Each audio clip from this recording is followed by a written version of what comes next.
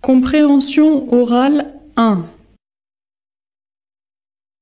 Bien, je vais vous demander de vous décrire. Pour trouver une personne qui soit compatible avec vos goûts, votre caractère, vos habitudes. Eh bien, je suis optimiste, dynamique, généreux, ordonné, sportif. Je suis aussi assez romantique, mais pas trop quand même. Je suis fidèle, facile à vivre. Bon, mais vous n'avez pas que des qualités, je suppose. Un ou deux défauts, peut-être?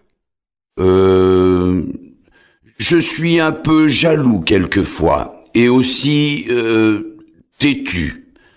Ou plutôt, je sais ce que je veux. Bien. Et quel type de femme recherchez-vous? Grande, mince, brune ou blonde, la trentaine, avec le sens de l'humour. Ce serait bien qu'elle aime voyager, sortir, rencontrer des amis, et aussi indépendante, mais pas trop. Il faut qu'elle tienne compte de mon avis, quand même. Oui, mais... Et d'autres traits de caractère? Comme moi, à peu près, sauf les défauts, bien sûr. En plus, ce serait bien si elle savait faire la cuisine et aussi les trucs dans la maison. Vous voyez ce que je veux dire? La femme idéale, quoi.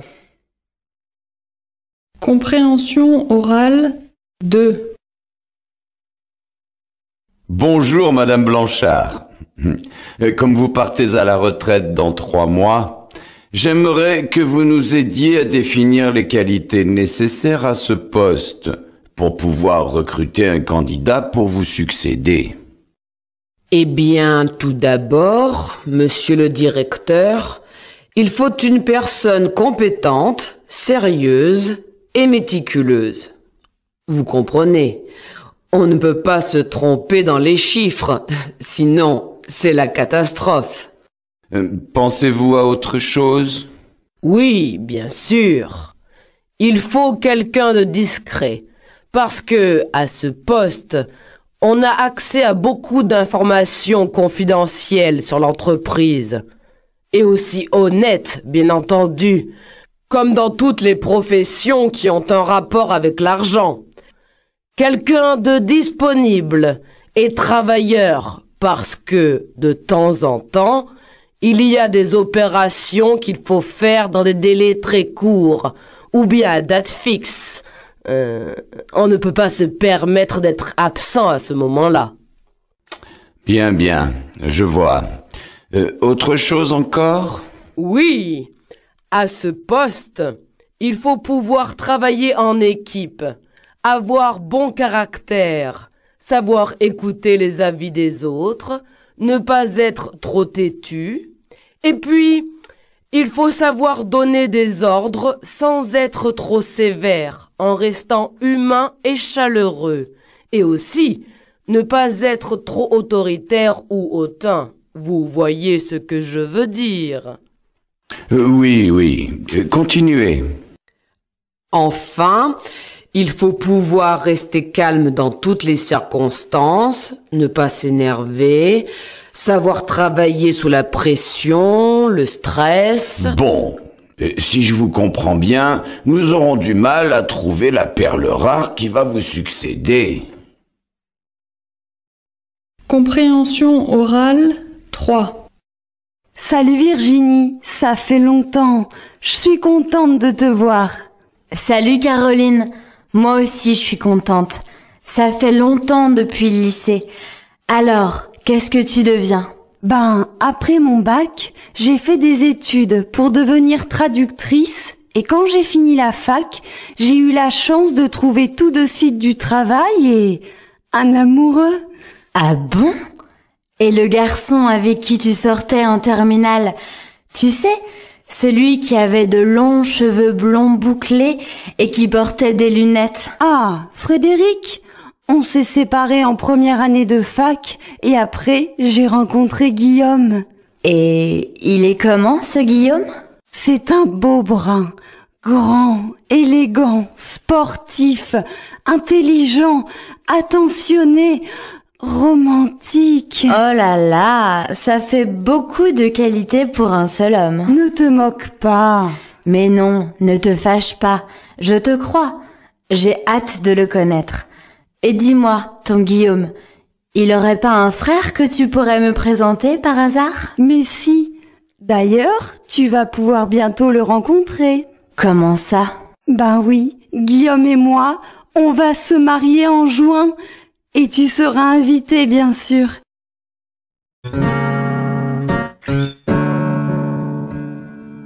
Document 1, page 18. Mais qu'est-ce qui se passe ici? La banque est fermée? C'est la grève. Ah bon? Et qui est-ce qui fait la grève? Les employés, bien sûr. Ils demandent une augmentation. Mais les journaux n'en ont pas parlé. Ils ont commencé quand? Ce matin. Zut alors! Et comment on peut retirer de l'argent? Moi, je n'ai pas de carte bancaire, je retire toujours au guichet. Essayez d'aller à l'agence centrale. Il paraît qu'elle est ouverte. J'espère. Mais ils ont déjà fait grève au mois de janvier, non? Oui, vous avez raison, je m'en souviens maintenant. Après les fêtes du Nouvel An. Moi, heureusement, j'ai une carte bancaire. Vous vous en servez beaucoup? Tout le temps. Je ne sais pas comment vous pouvez vous en passer. C'est presque impossible aujourd'hui. Je sais bien, mais ça me fait peur. Peur? Et pourquoi? J'ai peur de la perdre, de dépenser trop, d'oublier le code. Je ne sais pas, moi. Qu'est-ce que vous en pensez? Je suis un peu stupide. Bon, si vous n'en avez pas besoin, vous avez bien raison.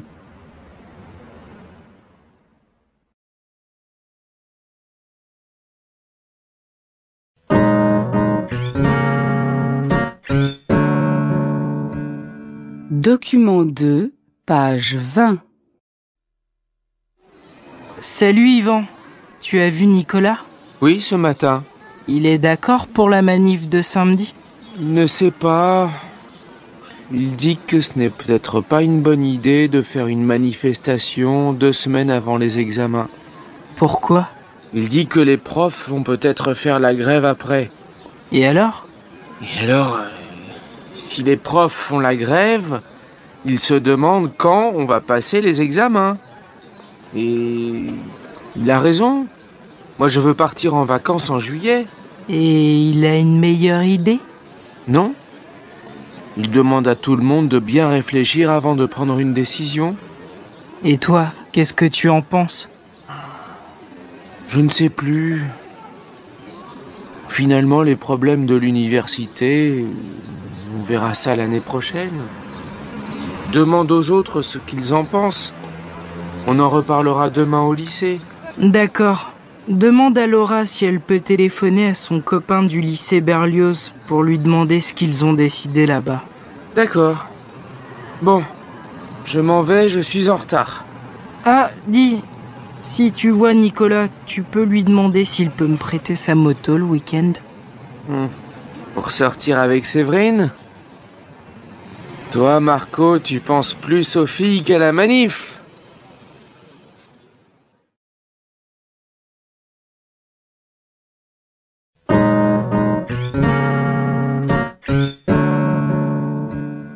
Document 3, page 22. Alors, la rencontre avec les patrons, comment ça s'est passé? Mal. Ils veulent fermer l'usine. Mais ils savent qu'on est d'accord pour travailler plus. Oui, ils le savent. Mais ils disent que l'usine n'est pas assez rentable. Ils n'ont pas le droit de faire ça. Ils ont oublié qu'on n'a pas demandé d'augmentation pendant 3 ans. Ça oui, ils l'ont oublié. Ils veulent gagner plus d'argent. Rien d'autre ne les intéresse. Ils vont licencier tous les ouvriers? Sûrement. S'ils ferment les usines, il y aura 500 chômeurs de plus dans la région. C'est pas possible. Tout le monde le sait. Mais qu'est-ce qu'on peut faire? Tu crois que si on arrête la grève, ça changera quelque chose? Je ne crois pas. Ils ont décidé de fermer les usines, ils le feront. Il paraît qu'on va avoir des indemnités, peut-être 20 000 euros. Qui t'a dit ça? Je l'ai lu dans le journal. Et tu le crois? Je ne sais pas. Eh ben moi, si je reçois 20 000 euros, je vais m'acheter une voiture et je vais devenir chauffeur de taxi.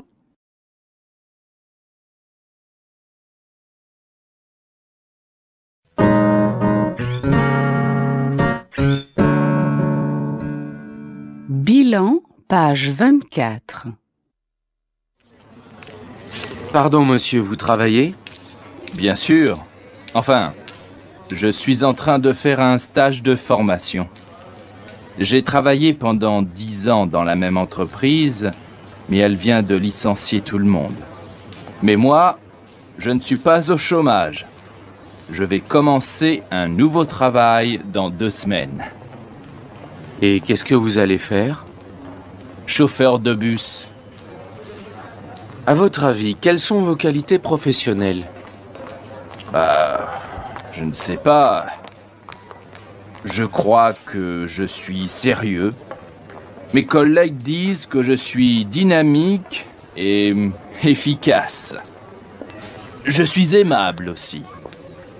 Vous connaissez la nouvelle émission de télévision sur les Français au travail? Je ne l'ai pas vue, mais j'en ai entendu parler. Chaque semaine, l'émission suit un Français à son travail pendant une journée complète. Ah oui, ma femme me l'a dit. Elle a regardé la première émission. Alors, si je vous propose de participer à cette émission, vous accepterez? Oui, mais pas maintenant. Dans 1 mois ou 2, ça vous va? Si mon patron est d'accord, moi aussi. Passer à la télé, j'en rêve, comme tout le monde. On peut devenir célèbre en une soirée, c'est incroyable. Je me demande ce que les copains vont penser en me voyant à la télé. Bien, je vais noter vos coordonnées et on vous appellera si on vous choisit.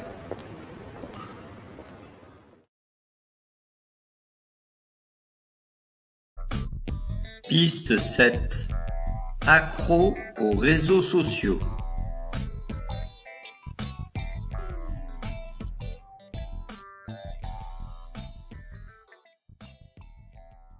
Tu es toujours sur les réseaux sociaux. Je trouve que tu deviens complètement accro. Mais non, je m'informe aussi. Aujourd'hui, tout le monde suit l'actualité sur les réseaux sociaux. En plus, j'ai découvert un tas d'applis intéressantes pour apprendre des langues, par exemple. Tiens, je viens de télécharger celle-ci. Regarde le logo, il est marrant. Et elle est super bien faite, gratuite en plus. Tu ne vas pas me faire croire que les réseaux sociaux sont fiables pour l'info. C'est surtout pour se montrer, parler de sa vie, se mettre en valeur. Moi, je trouve ça trop envahissant. Et puis, tes données privées sont publiées partout. Il n'y a aucune sécurité. Et pour apprendre les langues, il y a l'école. Oh là là, qu'est-ce que tu es vieux jeu! Il faut savoir vivre avec son époque. Personne ne t'oblige, mais tu rates un tas de trucs super. Tant pis pour toi.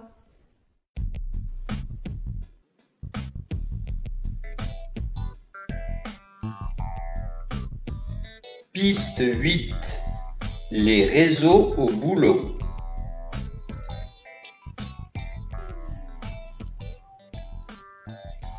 Les réseaux sociaux sont une source de distraction au travail.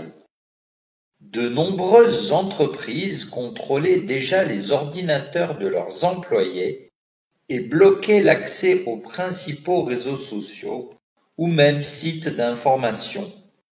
Désormais, ce sont les smartphones et autres tablettes qui sont dans le viseur. Les sociétés fournissant des dispositifs numériques mobiles à leurs employés négocient des contrats avec les producteurs afin d'empêcher l'installation des applis comme Facebook, Twitter ou Instagram.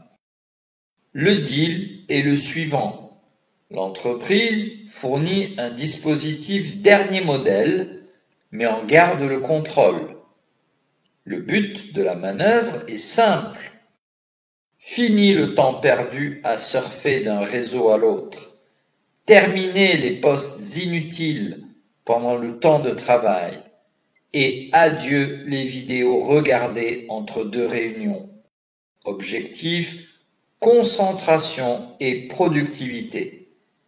Mais est-il vraiment possible de faire disparaître les réseaux sociaux de nos vies pendant toute une journée? Ne vaudrait-il pas mieux travailler sur l'éducation à un usage sage et raisonnable plutôt que de tout verrouiller? Le débat reste ouvert.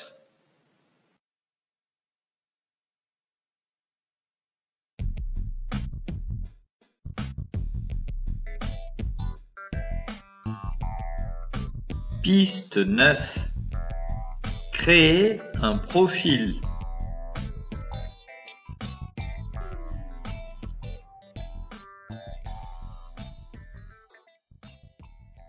Tu n'as pas encore de profil sur ce nouveau réseau social?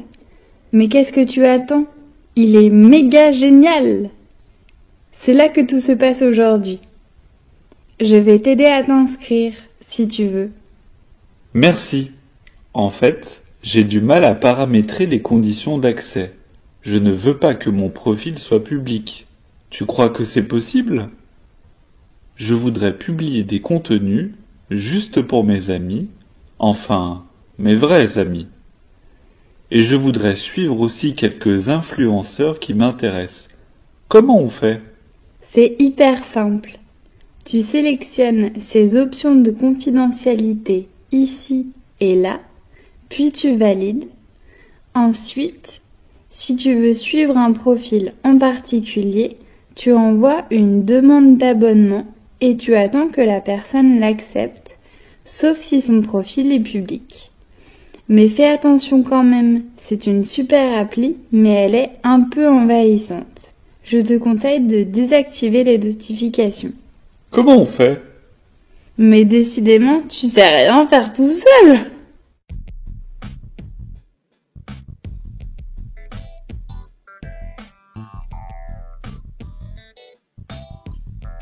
Piste 10. Les ados et les réseaux sociaux.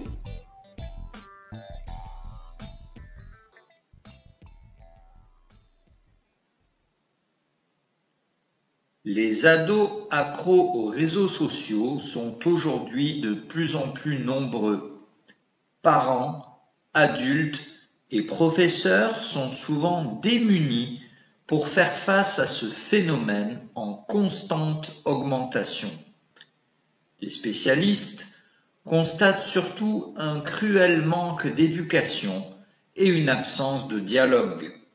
Certains proposent des cours de formation pour aider les parents à trouver les clés pour renouer le contact et éviter l'enfermement de l'isolement. Il ne suffit pas de priver les jeunes de leurs dispositifs, car cela pourrait créer des tensions supplémentaires. L'objectif est d'abord celui d'apprendre ensemble à faire un usage raisonnable et sécurisé des outils numériques pour ensuite prendre conscience des risques liés à un usage exagéré des réseaux sociaux.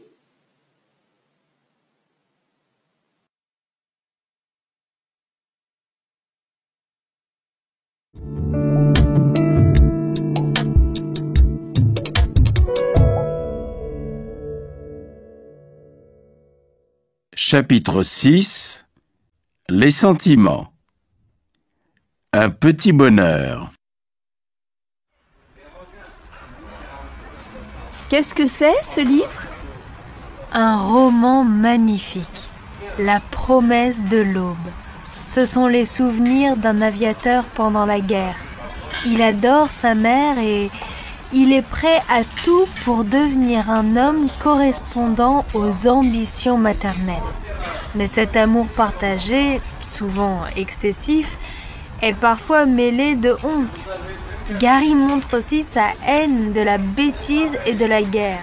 C'est à la fois drôle et émouvant, triste même. Tu me donnes envie de le lire. C'est de qui? Romain Gary. Je ne connais pas.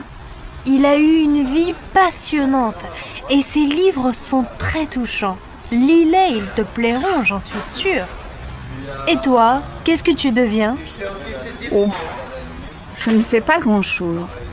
Le travail, les transports, et quand je rentre chez moi, j'allume la télévision pour m'occuper.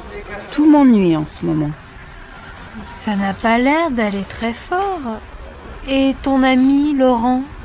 On s'est séparés la semaine dernière. Je n'étais plus amoureuse. En fait, on n'était pas heureux ensemble. Mais je ne regrette rien. Bon, je vais m'occuper de toi et te remonter le moral. Qu'est-ce que tu fais dimanche? Rien. Eh bien, viens faire une balade à vélo avec moi, s'il fait beau. Un petit bonheur tout simple, ça ne se refuse pas.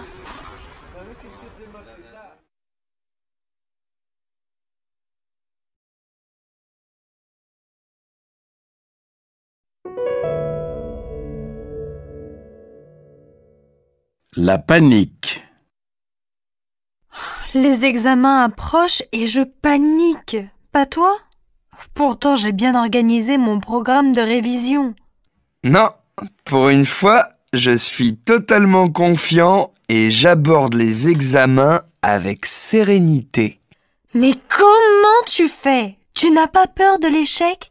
Tu es inconscient ou quoi? Pas du tout, mais je fais de la relaxation. Ça m'aide beaucoup à surmonter le stress et l'angoisse. Tu devrais essayer.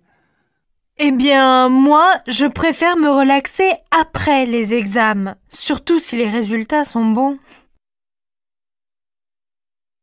Alors, tu as eu les résultats? Je suis furieux et très déçu. Je dois passer le rattrapage en septembre. Et toi? Je suis hyper contente. J'ai tout réussi. Oh, je suis désolée pour toi. Passe quand même de bonnes vacances.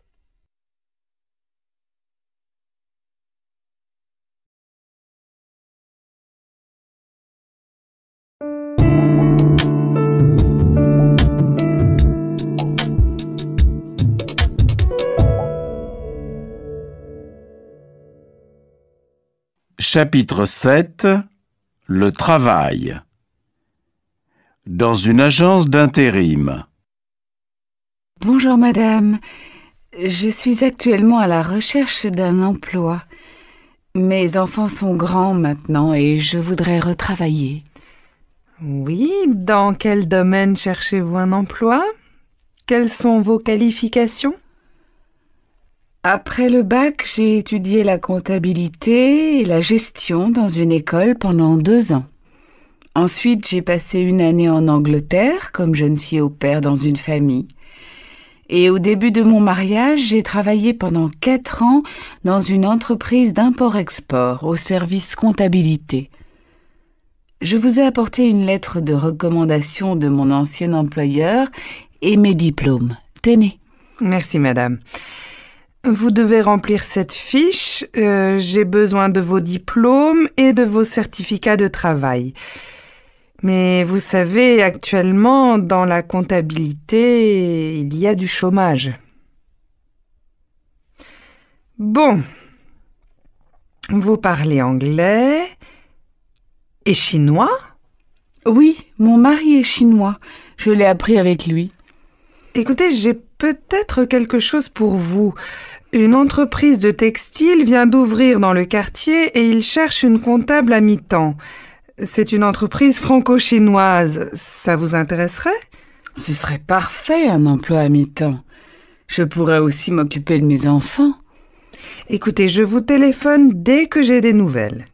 Je vous remercie. J'attends votre appel. Ne m'oubliez pas, hein? Pas de problème. Je vous appelle.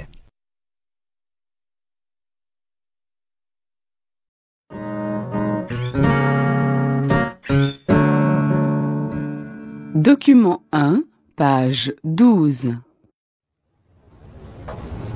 Bonjour. Vous êtes Elisabeth, la nouvelle secrétaire? Oui, bonjour. Je suis Estelle. Nous allons travailler ensemble. Madame Bernier, la chef de service, est absente ce matin. Sa fille s'est cassé le bras en tombant de son vélo.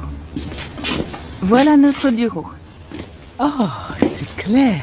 Oui, les locaux sont agréables et on peut apercevoir le parc en travaillant.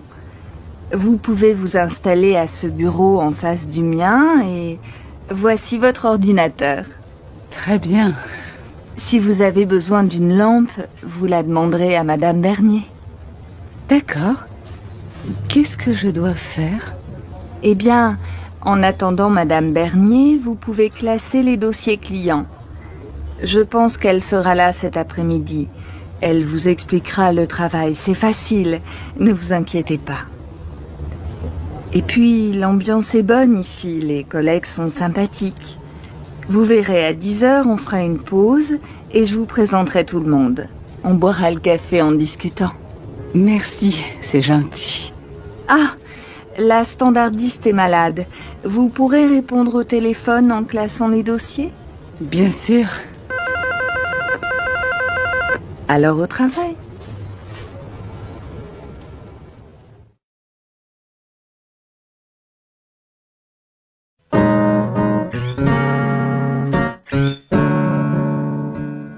Document 2, page 14. Mes chers collaborateurs, je vous remercie d'être ici aujourd'hui. Nous venons de faire le bilan de l'année dernière et les résultats sont très satisfaisants. Nous sommes en train de développer nos magasins en France et à l'étranger et nous allons encore progresser l'année prochaine. Nous avons actuellement 70 magasins dans le monde et nous en aurons 80 dans 2 ans. Je passe la parole à Madame Courbet, la directrice de notre magasin de Moscou.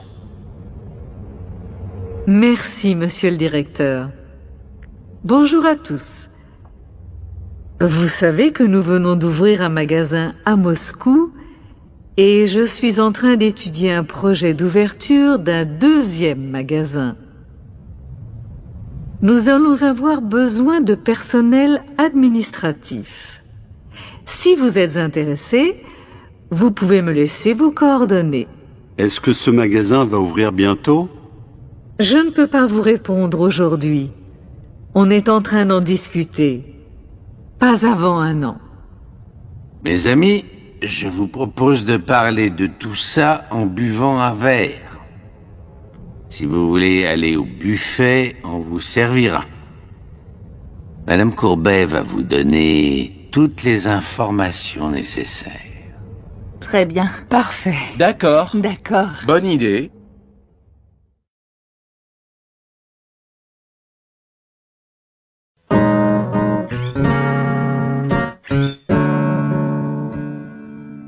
Document 3, page 16. Alors, quel candidat allons-nous choisir pour remplacer Madame Petier qui part à la retraite? Moi, je propose Mademoiselle Dulac. Elle est très sérieuse, rapide, et elle est dynamique. Et vous, Xavier? Lequel choisissez-vous? Moi, je préfère Monsieur Vincent. Il est travailleur, compétent, et il est toujours à l'heure. Mademoiselle Dulac est souvent en retard. Ah non, Monsieur Vincent est trop timide. Il ne pourra jamais diriger une équipe. Oui, c'est vrai. Et pourquoi pas Madame Normand? Elle est ponctuelle, efficace. Oui, mais elle a beaucoup de problèmes personnels. Bon, Claudia, laquelle préférez-vous? Mademoiselle Dulac ou Madame Normand? Je ne sais pas. Laquelle est la plus ancienne dans notre société? Mademoiselle Dulac, je crois. Mais Madame Normand est plus expérimentée. Elle a travaillé pendant 10 ans dans une société concurrente. Laquelle? Auto Plus. Oui, je connais bien. Mon frère a travaillé là pendant quelques années. Bon, finalement, quelle est votre décision? Si vous préférez Madame Normand, je suis d'accord. Moi aussi. Elle est intelligente et elle est très aimable. Parfait. Quel jour sommes-nous? Mardi. Convoquez-la dans mon bureau jeudi matin à 8 heures.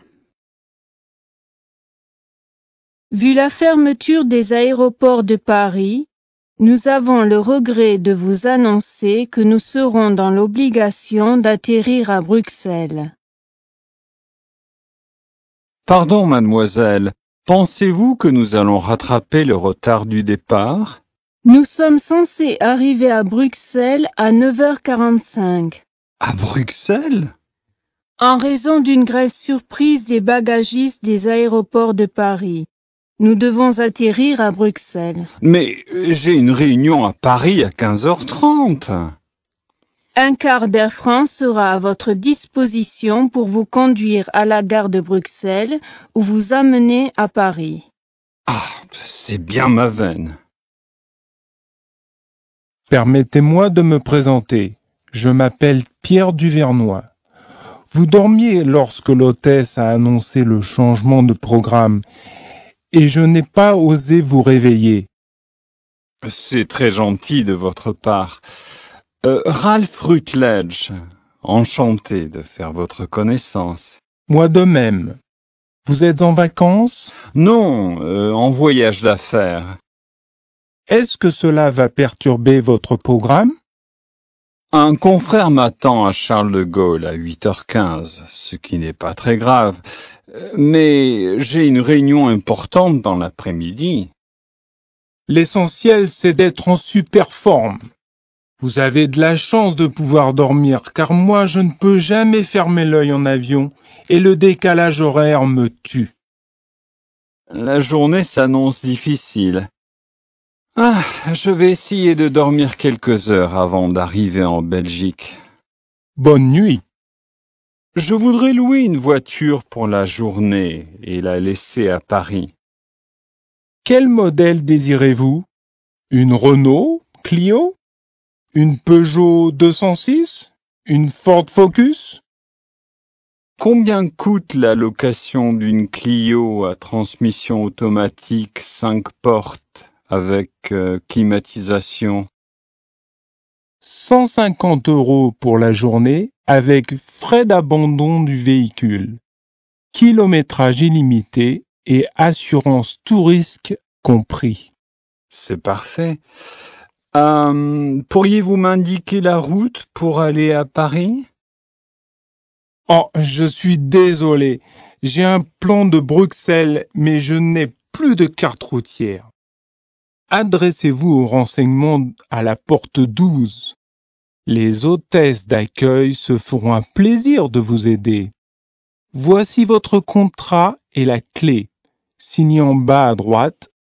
Bon voyage. Monsieur? Ne me dites surtout pas que vous faites grève le mardi ou que vous êtes à court de carte routière, car je dois absolument me rendre à Paris. Voici une carte, monsieur. Prenez la première à gauche en quittant l'aéroport, allez tout droit jusqu'au feu, puis suivez la direction de l'autoroute du Sud. Combien de temps faut-il compter pour aller à Paris? Environ 3 heures s'il n'y a pas d'embouteillage. Monsieur Rutledge. Vous êtes toujours là? Ne m'en parlez pas. Il m'a fallu un temps fou pour dédouaner mes achats. Vous devez être exténué. Je viens à l'instant de louer une voiture. Je serais ravi de vous amener à Paris. Oh non, je ne voudrais pas vous déranger. Pas du tout. Oh, j'ai horreur de voyager seul. Allez, venez, la voiture est par ici. J'accepte à une seule condition.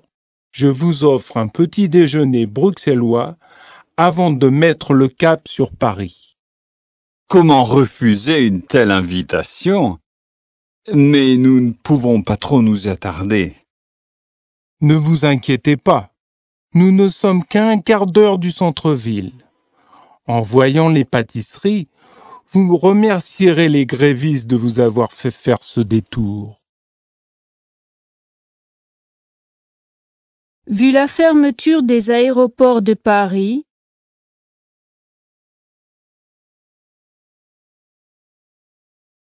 nous avons le regret de vous annoncer que nous serons dans l'obligation d'atterrir à Bruxelles.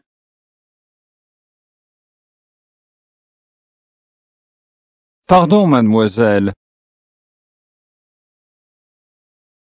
Pensez-vous que nous allons rattraper le retard du départ?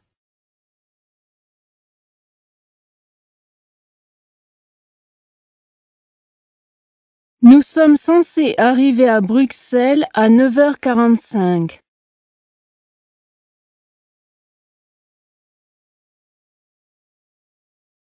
À Bruxelles? En raison d'une grève surprise des bagagistes des aéroports de Paris.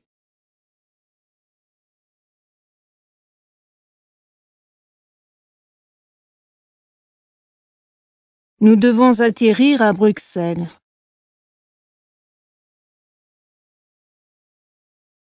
Mais j'ai une réunion à Paris à 15h30.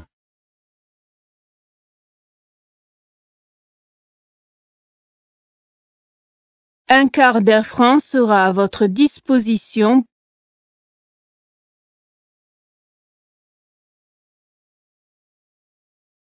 pour vous conduire à la gare de Bruxelles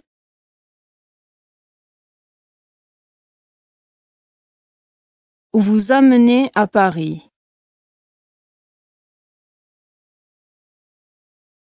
Ah, c'est bien ma veine.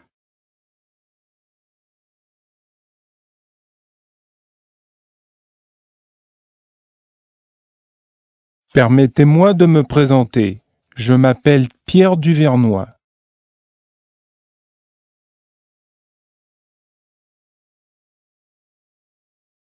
Vous dormiez lorsque l'hôtesse a annoncé le changement de programme.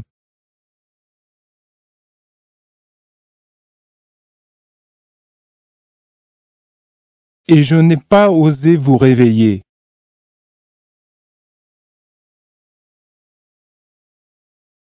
C'est très gentil de votre part. Ralph Rutledge, enchanté de faire votre connaissance.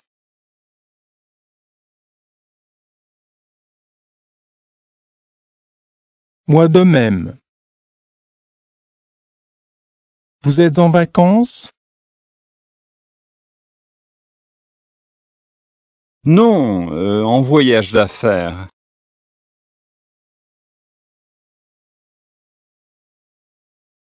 Est-ce que cela va perturber votre programme?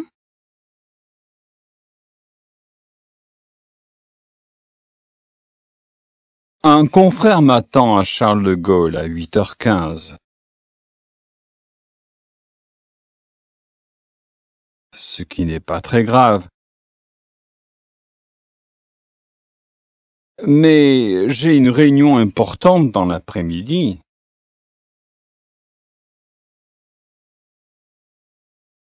L'essentiel, c'est d'être en super forme.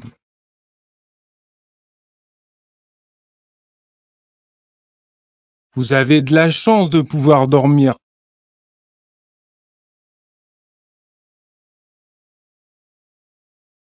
Car moi, je ne peux jamais fermer l'œil en avion. Et le décalage horaire me tue.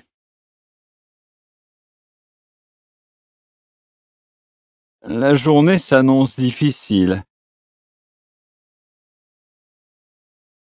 Je vais essayer de dormir quelques heures avant d'arriver en Belgique.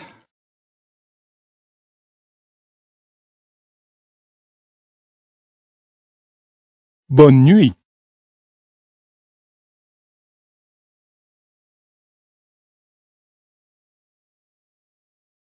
Je voudrais louer une voiture pour la journée et la laisser à Paris.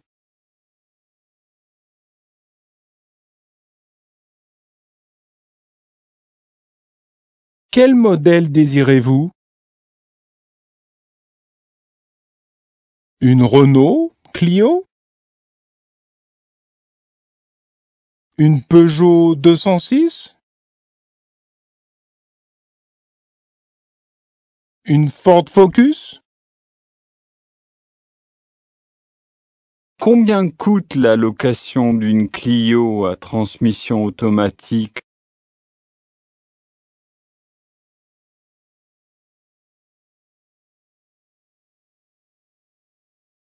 Cinq portes avec climatisation.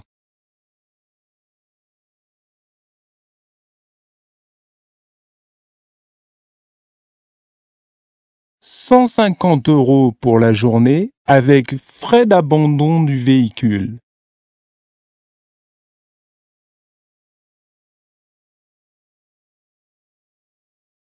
Kilométrage illimité et assurance tout risque compris.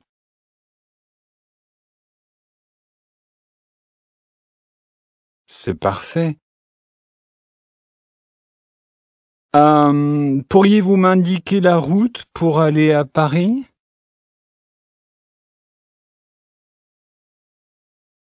Oh, je suis désolé.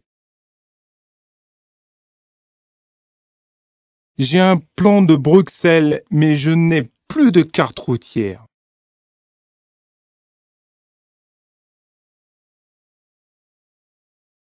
Adressez-vous aux renseignements à la porte 12.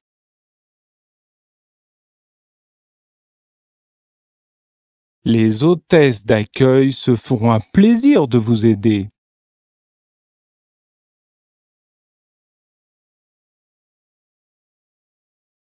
Voici votre contrat et la clé. Signez en bas à droite.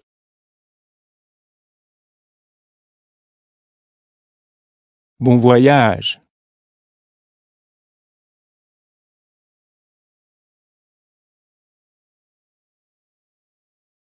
Monsieur,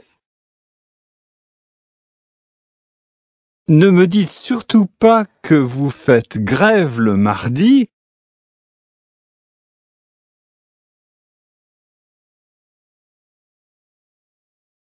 Ou que vous êtes à court de carte routière.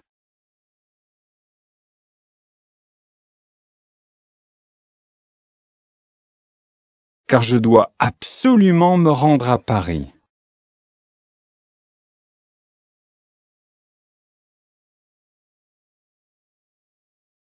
voici une carte, monsieur. Prenez la première à gauche en quittant l'aéroport.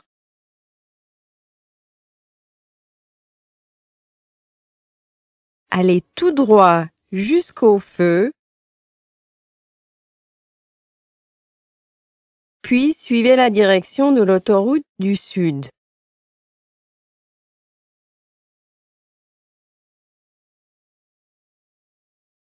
Combien de temps faut-il compter pour aller à Paris?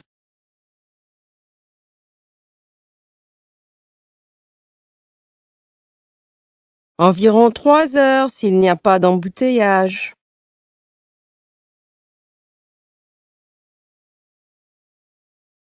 Monsieur Rutledge, Vous êtes toujours là? ne m'en parlez pas. Il m'a fallu un temps fou pour dédouaner mes achats.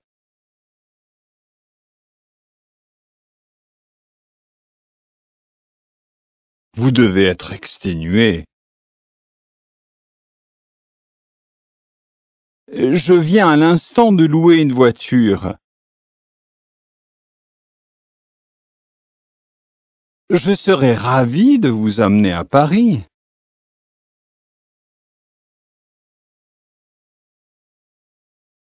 Oh non, je ne voudrais pas vous déranger.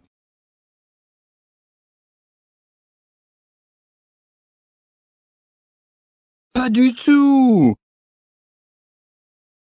Oh, j'ai horreur de voyager seul. Allez, venez, la voiture est par ici. J'accepte à une seule condition.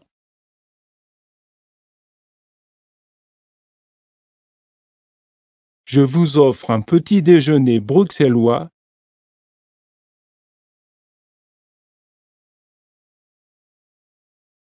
avant de mettre le cap sur Paris.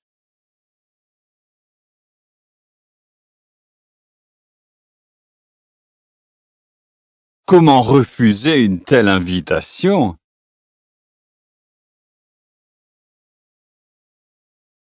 Mais nous ne pouvons pas trop nous attarder.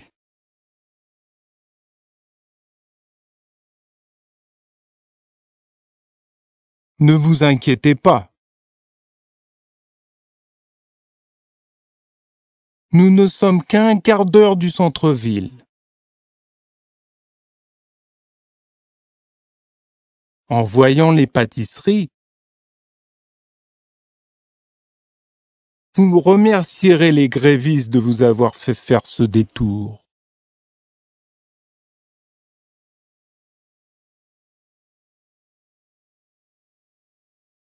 Qui n'a jamais eu envie de perdre quelques kilos pour être au top de sa forme pour l'été? Mais entre tous ces régimes chelous qu'on voit partout sur le net et ces produits miracles vantés à la télé, c'est vrai que ça peut donner le tournis. Le petit échange que vous allez lire met en scène Joël et Béatrice, deux potes qui ont chacun leur vision bien tranchée sur la meilleure façon de se refaire une silhouette. Ça promet des avis bien différents et peut-être même quelques étincelles. T'as pas l'air en forme, ça va? Je vais parfaitement bien. Oh, et tu es grognon aussi. Ne me dis pas. Tu es encore au régime? Fiche-moi la paix. Je ne prends pas de pilule. Je veux juste perdre quelques kilos naturellement. T'as déjà oublié tes régimes foireux? Genre celui où tu ne mangeais que le lundi, mercredi et vendredi. Ou cet autre régime que tu suives avant où tu buvais 50 tasses d'eau par jour. Fini les régimes bidons. J'ai enfin trouvé le truc parfait pour enfin avoir le corps de mes rêves. Soyez vigilante, chère amie, ne vous laissez pas tenter par ces régimes miraculeux qui pullulent sur Internet et à la télévision. Ces méthodes plus hasardeuses risquent de vous causer plus de tort que de bien. Peu importe où j'ai entendu parler de ce régime. Ce qui importe, c'est que je puisse retrouver une silhouette de rêve. Très bien. J'ai moi-même besoin de perdre quelques kilos. Quel est ce régime miracle? Je préfère ne pas vous le dire. Vous vous moqueriez sûrement. Non, je vous assure que je ne me moquerai pas. Dites-moi de quoi il s'agit. Bon, d'accord. Je ne mange que des aliments de couleur orange. Pardon? Je disais, je ne consomme que des aliments de couleur orange. J'ai donc mangé beaucoup d'oranges et de carottes ces derniers temps. Je comprends maintenant pourquoi vous semblez de si mauvaise humeur. Tu as perdu la tête, bon sang. Notre dialogue commence avec Joël qui dit à Béatrice, « Tu n'as pas l'air en forme. » Autrement dit, « Tu fais grise mine, tu te sens bien ?» L'expression « ne pas avoir l'air en forme » signifie que vous avez l'air fatigué et malade. Quelque chose ne semble pas aller, votre apparence physique n'est pas très attirante ou que vous n'avez pas l'air bien. Joël s'inquiète de l'état de santé de Béatrice. Bien que formulée sous forme interrogative, cette phrase n'est pas vraiment une demande d'information de la part de Joël. C'est plutôt une façon d'exprimer son inquiétude face à l'apparence physique de Béatrice. Béatrice répond qu'elle se porte bien, qu'elle va bien. Oh, et tu es grognon aussi. Ne me dis pas, tu es encore au régime. Dans cette phrase, Joël fait 2 remarques à Béatrice. D'abord, il dit oh, et tu es grognon aussi. Cela veut dire qu'en plus d'avoir triste figure ou ne pas avoir l'air en forme, Béatrice semble être de mauvaise humeur. Elle peut se sentir irritée, agacée par les autres. Ce qui peut influencer sa façon d'interagir avec eux. Ensuite, Joël dit et ne me dis pas. Tu es encore au régime. Ici, il fait l'hypothèse que la raison pour laquelle Béatrice n'est pas d'humeur joyeuse, c'est qu'elle suit un régime alimentaire restrictif. L'expression « ne me dis pas » est utilisée pour signifier qu'on a déjà deviné ou compris la situation avant qu'on nous l'explique ou je sais quel est ton problème. Être au régime signifie essayer de perdre du poids, généralement en ne mangeant pas certains aliments. En un mot, Joël associe le régime alimentaire à l'humeur de Béatrice. Fiche-moi la paix. Je ne prends pas de pilule. Je veux juste perdre quelques kilos naturellement. L'expression « fiche-moi la paix » est traduit un agacement soudain de Béatrice. Elle semble se sentir importunée par les questions de Joël sur son régime.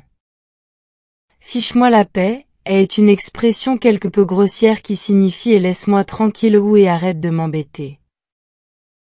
Je ne prends pas de pilule, elle cherche à rectifier ce qu'elle perçoit comme une insinuation de Joël, à savoir qu'elle utiliserait des produits amaigrissants potentiellement dangereux. Elle tient à clarifier qu'elle ne fait rien d'illégal ou de malsain. Sa volonté de perdre quelques kilos naturellement et souligne son désir de rassurer sur la nature saine et naturelle de sa méthode, par opposition à des produits chimiques. Dans l'ensemble, sa réponse défensive cherche à se justifier et à légitimer son approche. T'as déjà oublié tes régimes foireux? Genre celui où tu ne mangeais que le lundi, mercredi et vendredi. Ou cet autre régime que tu suives avant où tu buvais 50 tasses d'eau par jour. Cette réplique de Joël fait référence de manière assez cinglante à des régimes passés de Béatrice qu'il juge manifestement absurdes et voués à l'échec. L'expression « t'as déjà oublié » adopte un ton agacé et condescendant, comme s'il s'adressait à quelqu'un de peu clairvoyant. Il remet ouvertement en question son jugement. Le qualificatif très péjoratif « régime foireux » exprime un véritable mépris de Joël envers les méthodes passées de Béatrice. Il les considère complètement ratées et stupides. En citant des exemples comme ne manger que 3 jours par semaine ou boire 50 tasses d'eau par jour, Joël cherche à ridiculiser ces régimes en les présentant comme profondément irrationnels et insensés. Fini les régimes bidons. J'ai trouvé le truc parfait pour enfin avoir le corps de mes rêves. Cette réplique de Béatrice exprime sa conviction d'avoir enfin trouvé la panacée ou la solution miracle à ses problèmes de poids. Fini les régimes bidons. Là, Béatrice balance carrément ses anciens régimes à la poubelle. Elle en a marre de ces méthodes qui n'ont rien donné, alors elle tourne la page. J'ai trouvé le truc parfait, et là, elle annonce fièrement avoir déniché, trouvé, la solution miracle. La recette parfaitement adaptée à ses besoins et objectifs. Et quand elle parle du corps de ses rêves, elle te montre clairement son objectif ultime, avoir le corps parfait qu'elle a toujours voulu. Avoir une bonne silhouette. C'est ça qui la motive. Soyez vigilante, chère amie, ne vous laissez pas tenter par ces régimes miraculeux qui pullulent sur Internet et à la télévision. Ces méthodes plus hasardeuses risquent de vous causer plus de tort que de bien. Soyez vigilante, il met en garde Béatrice en lui disant de faire preuve de prudence et de rester attentive à ce qu'elle fait. Ne vous laissez pas tenter, C'est comme s'il la prévenait contre la tentation du diable, pour lui dire de ne pas se laisser séduire par ces régimes. Pullule. Joël utilise ce terme pour montrer que ces régimes se répandent partout, comme des mauvaises herbes. Ils sont partout sur Internet et à la télévision. Plus qu'hasardeuses, il souligne à quel point ces méthodes sont dangereuses. En disant qu'elles sont plus qu'hasardeuses, il veut dire qu'elles peuvent vraiment lui causer des ennuis, voire lui faire du mal. Peu importe où j'ai entendu parler de ce régime. Ce qui importe, c'est que je puisse retrouver une silhouette de rêve. Peu importe, Béatrice se fiche de savoir d'où vient cette idée de régime. Ce qui lui importe, c'est le résultat. Cela montre un manque total d'esprit critique et de prudence élémentaire face à des méthodes potentiellement dangereuses. Son seul objectif semble être d'atteindre coûte que coûte cette silhouette de rêve. Très bien. J'ai moi-même besoin de perdre quelques kilos. Quel est ce régime miracle? Joël montre un intérêt sincère pour en savoir plus sur le régime alimentaire particulier de Béatrice. En commençant par très bien, Joël adopte une attitude ouverte et accueillante face à la réticence initiale de Béatrice. Il l'encourage à s'exprimer sans jugement. Il se montre ouvert à l'échange et à la discussion. Quel est ce régime miracle? Montre la curiosité de Joël et son désir d'en savoir plus sur la méthode de Béatrice pour perdre du poids.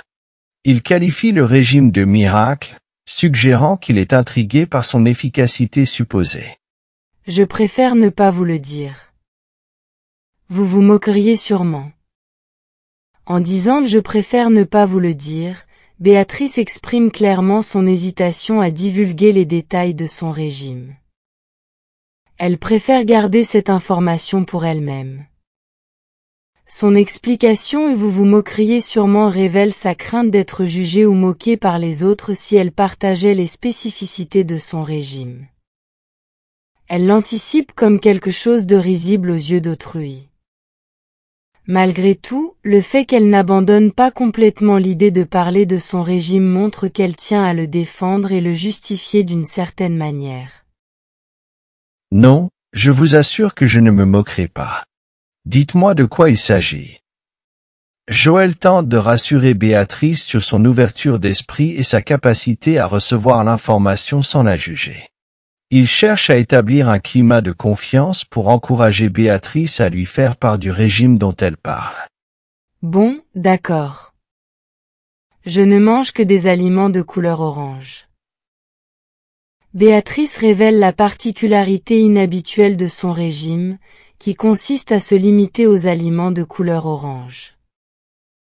L'utilisation de « est bon », d'accord suggère qu'elle admet ou accepte l'idée que ce régime est bizarre après la remarque de Joël. Béatrice révèle enfin le concept de son régime, ce qui surprend Joël. Joël est étonné par la révélation de Béatrice et demande une clarification. Je disais, je ne consomme que des aliments de couleur orange. J'ai donc mangé beaucoup d'oranges et de carottes ces derniers temps. Béatrice explique son régime basé sur la consommation exclusive d'aliments de couleur orange, ce qui semble étrange ou bizarre à Joël. Joël est conscient qu'un régime qui se limite à une seule couleur d'aliments peut poser des problèmes d'équilibre nutritionnel et entraîner des carences. En se limitant à une seule couleur, on risque de ne pas obtenir tous les nutriments essentiels nécessaires à une alimentation équilibrée. On peut manquer de protéines, de graisses saines, de certains minéraux et de vitamines présentes dans d'autres aliments de différentes couleurs. Ce qui peut avoir des conséquences néfastes sur la santé à long terme. Il est donc important de varier son alimentation en incluant une large gamme d'aliments de différentes couleurs pour garantir un apport adéquat en nutriments. Je comprends maintenant pourquoi vous semblez de si mauvaise humeur. Tu as perdu la tête, bon sang. Tu as perdu la tête. Est une expression familière pour dire que quelqu'un est devenu fou ou a fait quelque chose de déraisonnable. Joël utilise cette expression pour dire que Béatrice est devenue folle ou aveugle sous l'effet sans doute de son obsession à maigrir. C'est une façon familière de critiquer son comportement déraisonnable.